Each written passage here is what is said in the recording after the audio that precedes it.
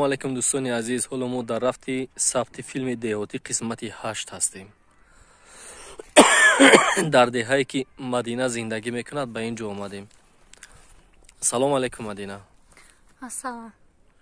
шумо дар ҳамин деҳа зиндагӣ мекунед? Бале. чанд сол шуд дар ин деҳа зиндагӣ мекунед? Мо дар деҳа тӯли 2 сол мешавад зиндагӣ мекунем. шумо аз аввал дар деҳа набудед? Не. дар куҷо зиндагӣ мекардед? Мо рости аввал дар шаҳр зиндагӣ мекардем. чӣ сабаб шуд ки ба деҳа омадед? хай дар зиндагӣ хеле мушкилиҳо бисёр пеш меояд, фикр мекунам. Сабабаш мушкилиҳои зиндагӣ.